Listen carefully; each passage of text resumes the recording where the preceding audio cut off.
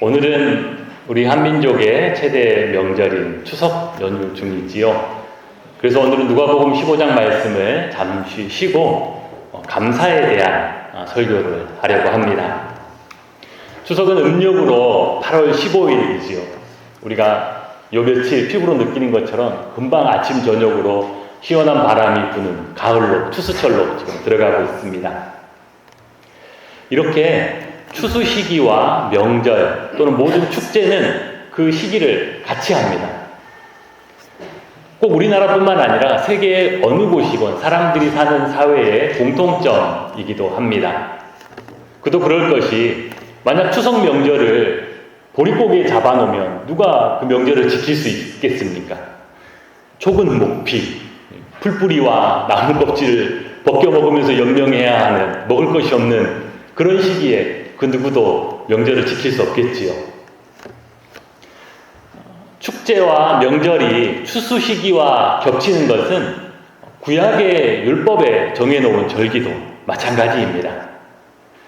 하나님께서 구약 율법에 너희 모든 이스라엘의 남자들은 1년에 3차 내게 와서, 즉 예루살렘 성전에 와서 보이라 라고 했는데, 그 중에 두 절기, 오순절, 맥추절 77절이라고도 불리는 오순절과 장막절은 다 추수 시기입니다. 오순절은 밀과 보리 추수 시기고, 장막절, 수장절은 무화과와 올리브 또 포도를 비롯한 여름 지중해성 과일을 추수하는 시기입니다. 그런데 우리 믿는 사람들에게는 추수의 기쁨도 물론 크고 추수를 하면서 생기는 그 풍성함도 감사의 제목이긴 하겠지만, 추수와 그 추수의 기쁨을 넘어서는 감사의 이유가 있습니다. 오늘 본문 4절에서는 이렇게 이야기합니다. 주 안에서 항상 기뻐하라. 우리는 기뻐하는 자들인데 주 안에서 기뻐하는 자들입니다. 주님을 기억하고 믿는 그 믿음 안에서, 주님이 주신 그 은혜 안에서 기뻐하는 사람들이죠. 그러니까 추수철과는 상관없이 우리는 항상 기뻐할 이유가 있는 사람들입니다. 오늘 본문 말씀은 사도 바울이 빌립보 교회 성도들에게 하는 권면인데요. 바울은 빌립보 교회에 특별한 애착이 있었습니다. 그가 2차 전도 여행 중에 드로아에 있을 때, 그의 선교의 길들이 자꾸 막힐 때 그가 그 어려움 중에 기도하게 되지요. 그런데 밤에 마게도냐 한 사람이 환상으로 나와서 건너와서 우리를 도우라 라는 그 환상을 그가 보고 나서는 하나님께서 이곳 아시아가 아니라 에게해를 건너서 유럽으로, 마게도니아로 우리를 인도하시는구나 라고 확신하고 그가 그 에게해를 건너갑니다. 그가 마게도니아에서 개척한 첫 교회가 빌립보 교회입니다. 자기가 새로운 곳에서 개척한 첫 교회이니 특별한 애착이 있었지요. 빌립보 교인들 역시 사도 바울에 대한 애정이 아주 많았습니다. 사도 바울이 빌립보 교회 모든 사역을 끝나고 그가 데살로니가로 사역지를 옮긴 다음에도 빌립보 교회 성도들은 바울의 사역을 돕기 위해서 헌금을 모아서 그에게 보냈습니다. 나중에는 바울이 로마 감옥에 있을 때에도 빌립보 교회 성도들은 그들의 헌금을 보내고 또 에바브로디도를 보내서 그의 옥바라지를 하게 합니다. 바울은 이렇게 자기가 특별히 애착이 있는 빌립보 교회 성도들에게 복음을 전해 주었습니다. 그리고 복음과 함께 그들이 그리스도인으로서 누리는 참 기쁨과 평안을 그들이 함께 누릴 수 있도록 오늘 본문에서 권면하고 있지요. 바울이 빌립보 교회 성도들에게 전해주는 이 기쁨과 또 이 감사는 그 당시 만연했던, 언제 원수들에 의해서 당할지 모르는 그 박해와는 무관한 것이었습니다. 박해가 있든 없든 모든 경우에 주 안에서, 믿음 안에서 누릴 수 있는 기쁨과 감사였습니다. 여러분은 지나온 날들을 되돌아보면 지금까지 염려를 많이 하셨습니까? 아니면 감사를 많이 하셨습니까? 아마 의식적으로 감사를 많이 하려고 늘 노력하지 않은 사람이라면 자기도 모르는 사이에 감사보다는 아마 염려를 많이 하지 않았을까 생각됩니다. 그도 그럴 것이 세상에는 참 얼마나 염려할 일이 많은지요. 감사는 내가 감사해야지 라고 의식적으로 노력하면 좀 되는 것 같고, 염려는 그냥 아무 생각 없으면 자동입니다. 모든 일이 다 염려지요. 삶을 살다 보면 그야말로 해야 하는 일, 닥쳐온 모든 것들이 다 염려로 다가옵니다. 성경은 우리에게 범사에, 모든 일에 감사하라고 하는데, 가만 보면 우리는 범사에 염려하는 것이 아닌가, 다가오는 모든 일들을 염려하는 모습이 아닌가라고 생각도 됩니다. 가정의 이러저러 일들을 생각하면서 염려를 하고, 자녀들의 앞날을 생각하면서도 염려가 되고, 또 경제적인 형편과 일터와 사업을 생각할 때도 이것저것 우리를 가만두는 것이 없습니다. 근데 제가 성경 구절은 아닌데 한 구절의 말씀을 딱 듣고 아 맞다 라고 영감이 딱 생겼습니다. 한번 들어보시기 바랍니다. 공부를 많이 하면 공부가 늘고, 운동을 많이 하면 운동이 늘고, 요리를 많이 하면 요리 실력이 느는 것처럼 무언가를 하면 할수록 늘게 된다. 그러니 염려하지 마라. 염려가 더 늘어나지 않도록. 네. 염려도 하면 할수록 늘어납니다. 나중에는 염려의 전문가가 실력이 너무 늘어서 모든 일들에 염려부터 하고 보는 사람이 될 수 있다는 것이지요.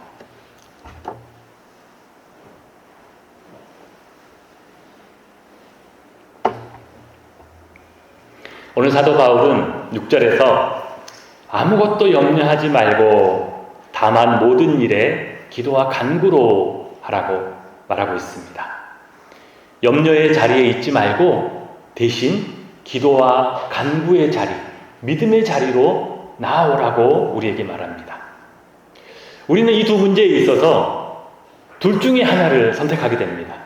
다시 말하면 우리는 믿음의 방석 위에 앉든지 아니면 염려의 방석 위에 앉든지 둘 중에 하나에 앉게 돼요.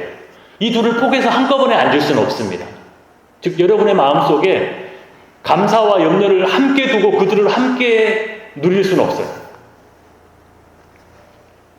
참으로 믿음으로 기도하면 염려는 주님 앞에 내려놓게 되고 또 내려놓아야 합니다. 예수님은 앞날을 걱정하고 있는, 근심하고 있는 제자들에게 요한복음 14장 1절에서 이렇게 말씀하십니다. 너희는 마음에 근심하지 말라. 하나님을 믿으니 또 나를 믿으라. 우리가 참으로 주님을 믿는다면 우리는 근심하거나 두려워하지 않게 될 것입니다. 우리에게 걱정거리가 많이 있지요. 세상 모든 사람들은 그 걱정거리를 끌어안고 그 걱정거리를 대면하면서 삶을 살아갑니다. 그런데 아무리 그 걱정거리를 걱정하고 대면하면서 살아가도 우리 인간은 앞날을 알 수 없는 거로 결단코 그 근심 걱정에서 벗어날 수가 없지요. 그런데 우리는 그 많은 사람들 중에서 예수 믿기로 결심한 사람들입니다. 하나님이 특별히 택하셔서 믿음 주시고 하나님의 자녀로 살라고 우리를 불러주신 사람들입니다. 그 말뜻은 나 이제부터 교회 다닌다 라는 뜻이 아니에요. 그거보다 훨씬 더 큰 의미가 있습니다. 나 이제 교회 다닌다 라는 것을 넘어서 이제부터는 걱정, 염려하던 것을 다 주님께 맡기기로 결심했다는 의미입니다. 새벽 기도회나 또 기도회가 있을 때마다 걱정, 근심을 주님 앞에 다 하나씩 기도하는 분들이 있지요. 대부분 그렇게 기도합니다. 근데 그 중에 적지 않은 분들이 주님 앞에 그것을 다 내어놓고 기도하고 갈 때 그것을 다 싸질러지고 그대로 가지고 또 나가십니다. 그리고 집에서 또 그거 싸질머지고 걱정을 하시겠지요. 우리는 주님 앞에 기도와 간구로 맡겼으면 그것을 다 주님 앞에 내어놓고 홀가분하게 찬송하면서 나가야 되는 사람들입니다. 걱정 근심으로 다시 마음을 채워서 나가는 사람들이 아니라 믿음을 채워서 나가는 사람들입니다. 사람들 중에는 똑같은 종류의 고난을 당해도 왠지 얼굴빛이 다른 사람들이 있습니다. 물론 똑같은 일을 당해도 사람의 성격에 따라서 반응이 조금씩 다를 수 있지요. 굉장히 무딘 사람이 있습니다. 무슨 일이 닥쳐도 천하태평인 사람들이 있어요. 천성입니다.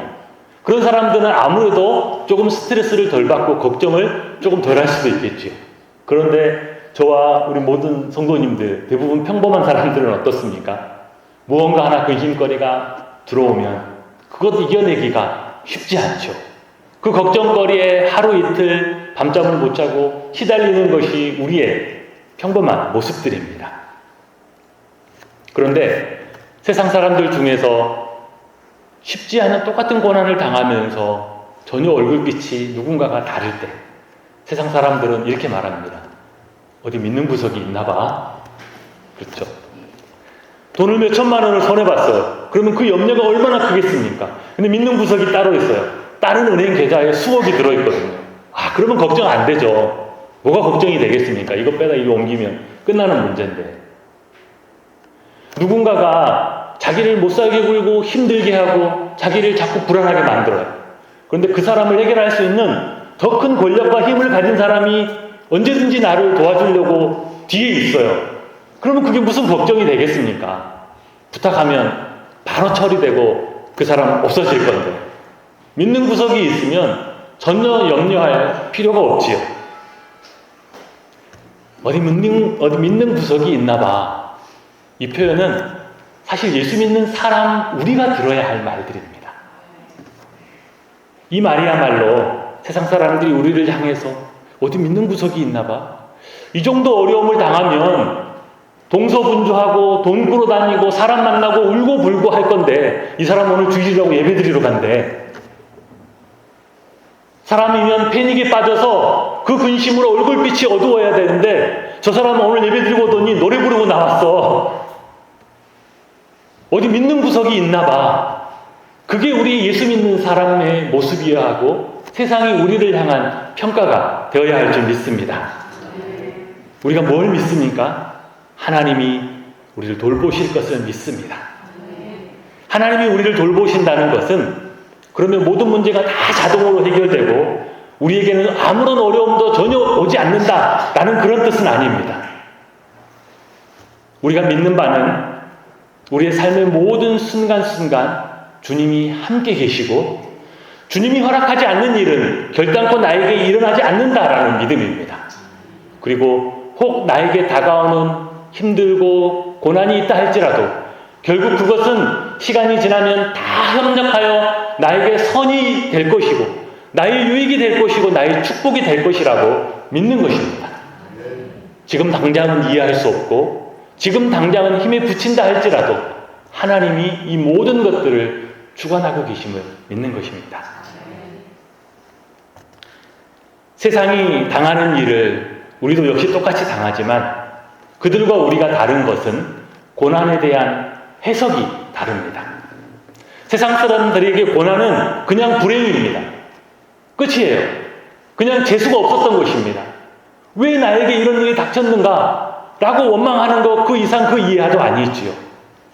그러나 우리 믿는 사람들은 하나님의 섭리이고 하나님의 훈련이고 결국 하나님께서 나를 복 주시고자 준비하고 계심을 우리는 믿습니다.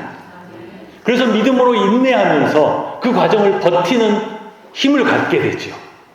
그러니 당연히 우리는 대책 없이 두려워하거나 계속 부정적인 생각에 최악의 경우를 끌어안고 잠 못 이루는 그런 일이 없습니다. 왜냐하면 하나님이 믿음으로 주님을 바라보는 우리를 마음의 생각을 붙들고 계시기 때문입니다. 그것을 오늘 본문 7절은 이렇게 이야기합니다.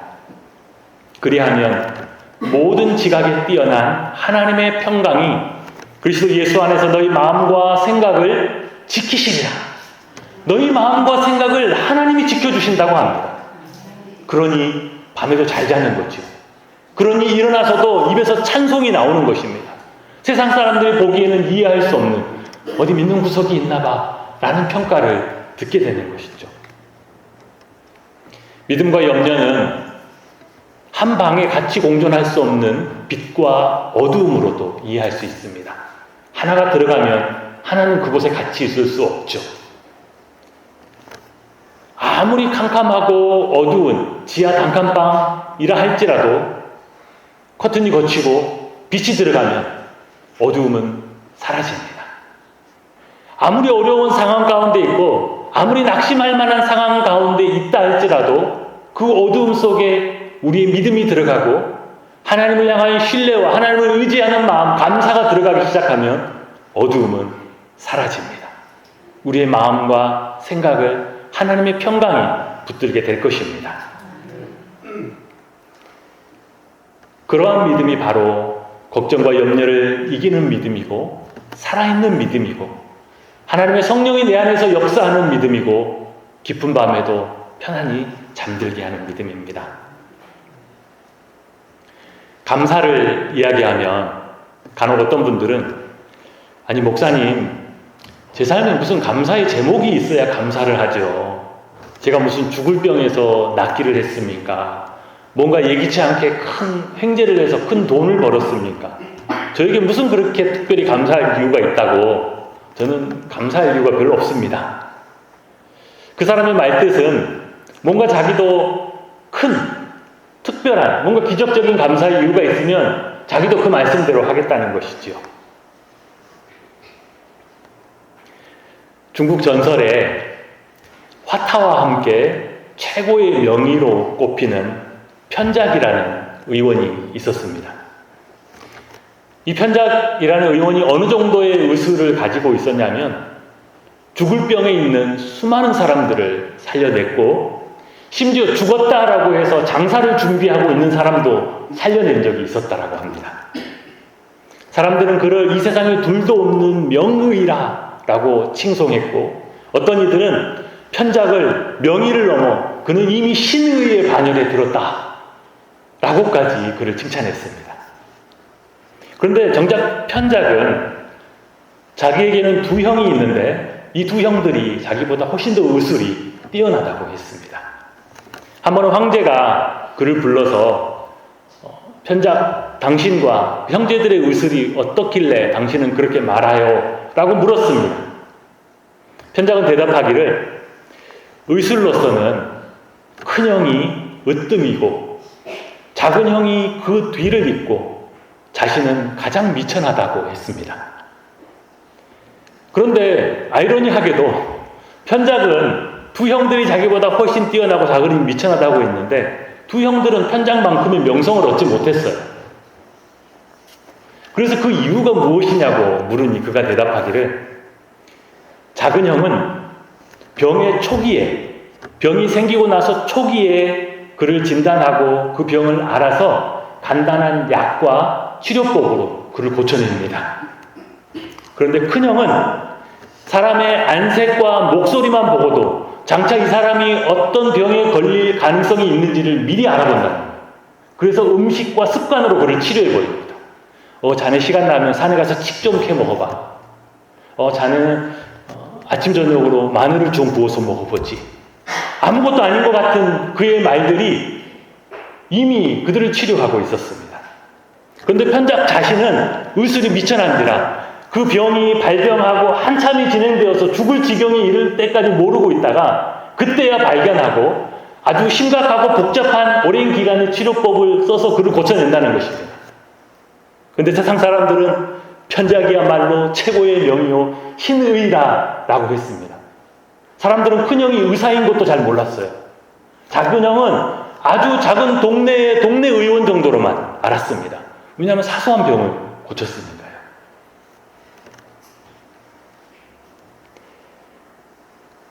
처음 하나님의 은혜와 믿음을 잘 모를 때는 무언가 극적인 감사의 제목을 찾습니다. 기적적인 체험을 구하기도 하지요.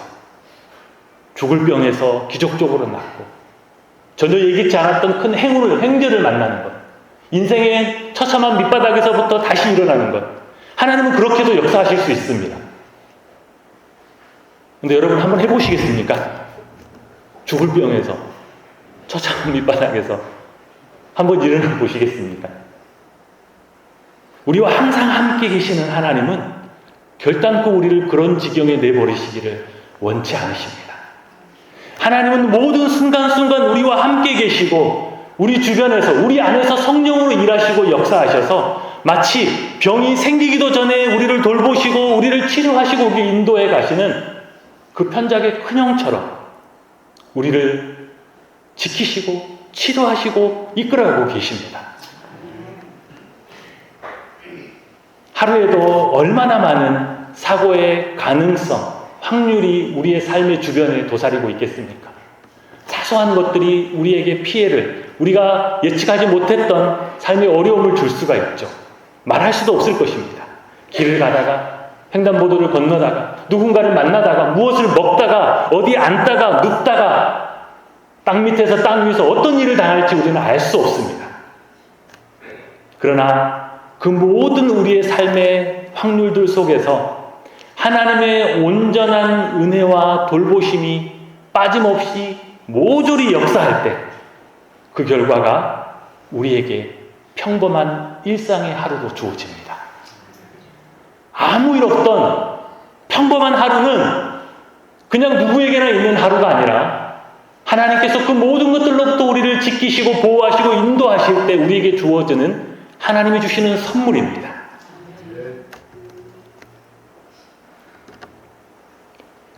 그러면 우리는 그렇게 하나님이 은혜로 주시는 삶, 하나님께서 우리에게 주신 그것들을 어떻게 누리고 또 어떤 때를 우리의 삶에 가장 복되고 행복한 또는 최고의 또는 전성기의 순간이라고 할 수 있을까요?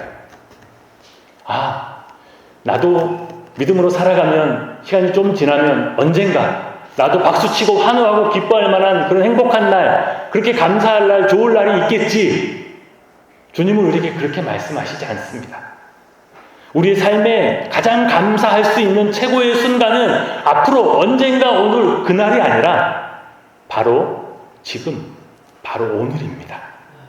여러분, 여러분의 남은 날들 중에서 오늘이 제일 젊은 날인 거 아세요? 여러분의 모든 날들 중에서 오늘이 제일 건강하고 제일 힘 좋고 제일 의욕이 넘치는 날입니다. 어느 날 여러분 문득 집에 전시되어 있는 여러 사진들 중에서 지난날의 사진을 딱 보면 어떤 생각이 드세요? 어느 가정을 신방하던 특별히 어르신들의 가정을 방문하면 사진들이 참 많이 이렇게 걸려 있습니다. 나이 드신 어르신들은 당신들 젊을 때, 자녀들 어릴 때 키울 때, 최근 손주들까지 사진들이 전열되어 있죠. 어느 정도 나이가 되신 중년 부부 가족들은 결혼식부터 시작해서 자녀들 어릴 때 사진들이 주로 많이 걸려 있습니다. 여러분, 그 사진들 보면 어떤 생각이세요? 그날 참 행복했는데, 그때 정말 감사할 만한 그런 최고의 순간이었는데, 그때로 돌아갈 수 있으면, 저 때가 다시 한번 오면 얼마나 좋을까라고 생각합니다. 그런데 여러분, 그때는 그것을 모르고 지나갔어요. 그때는 그것을 모르고 지나갔습니다. 그 하루하루가 어떻게 지나갔는지도 모르게 다른 걱정, 근심과 이 세상이 주는 것들의 마음을 다 빼앗기고 그때는 그 순간이 얼마나 행복하고 얼마나 복된 날이었고 다시 돌아올 수 없는 최고의 감사의 날이었다는 것을 그냥 모르고 지나갔습니다. 여러분, 똑같은 원리로 언젠가 시간이 많이 지나고 나면 여러분, 오늘 이 날을 그렇게 생각하게 될 것입니다. 몹시도 마음을 쏟아 그리워하게 될 것입니다. 그때 같이 있었던, 내 옆에 있었던, 참 말할 수 없이 고마웠던 내 남편, 내 아내, 그때 내가 좀 더 사랑해주지 못했던 내 아이들, 그리고 그때 함께 드렸던 그 예배, 그것들을 그리워하고 그때 너무 좋았었는데 그때로 돌아갈 수만 있다면 얼마나 좋을까라고 생각하게 됩니다. 사실 이미 우리에게 주어진 하루하루는 하나님께서 주신 특별한 선물이자 우리가 매일매일 감사하면서 누려야 하는 하나님의 은혜입니다. 하나님은 지금도 오늘 하루에도 우리에게 그 은혜를 쏟아 부어주고 계십니다. 우리가 이 하루하루를 아무 생각 없이 그냥 지나갈 수도 있습니다. 그러나 우리가 하나님께서 늘 함께 계시고 우리 하루가 믿음으로 하나님께서 주신 감사의 하루라고 생각한다면 우리는 이 하루를 감사하고 하나님께서 주신 모든 것들을 풍성히 누리는 것이 하나님의 뜻인 줄 믿습니다. 데살로니가전서 5장 18절에는 우리에게 이렇게 말씀하십니다. 범사에 모든 일에 감사하라. 이것이 그리스도 안에서 너희를 향하신 하나님의 뜻이니라. 이 말씀대로 오늘 하루도 더 나아가서 우리에게 남겨진 모든 하루하루를 믿음으로 바라보고 믿음으로 감사하면서 그 주어진 주님의 은혜를 풍성히 누리는 복된 하나님의 자녀들 다 되시기를 주님의 이름으로 축복합니다. 함께 기도하겠습니다. 사랑과 은혜의 아버지 하나님, 민족 명절인 추석을 맞아 또 이 가을을 맞아 올해도 지금까지 은혜 주신 아버지 하나님의 그 크신 은혜와 동행하심에 감사를 드립니다. 오늘도 주님의 생명의 말씀을 듣게 하시오니 또한 주의 성령으로 우리의 눈을 여사 우리가 우리의 모든 삶을 믿음의 눈으로 바라보게 하여 주옵소서. 우리의 모든 삶 속에서 일하시고 지키시고 복주시는 하나님을 보게 하시고 우리의 삶에 감사의 영성이 다시 회복되게 하여 주옵소서. 특별히 삶의 여러 고난 중에 지치고 상한 심령들을 주님 긍휼히 여기시고 기억하여 주옵소서. 하늘의 위로로 채워주시고 인생의 고난과 역경 중에서도 믿음으로 인내하며 기도와 간구의 자리로 나아가게 하여 주시옵소서. 주님을 의지합니다. 이 모든 것 예수님의 이름으로 기도합니다. 아멘. 지금은 우리의 구주 되신 예수 그리스도의 은혜와 아버지 하나님의 그 크신 사랑하심과 성령 하나님의 감동, 감화, 동행하시고 위로하시고 붙들어 주시는 은혜가 우리의 삶에 베풀어 주신 그 모든 은혜를 믿음의 눈으로 바라보며 하루하루 순간순간 주님과 동행하며 그 은혜를 누리며 살기로 결단하며 돌아가는 모든 성도님들의 머리 위에와 그들의 가정과 일터 위에 우리의 조국 대한민국과 지구촌 곳곳 분열과 다툼과 고통이 있는 곳들 위에 지금으로부터 영원토록 함께하옵기를 간절히 축원하옵나이다. 아멘.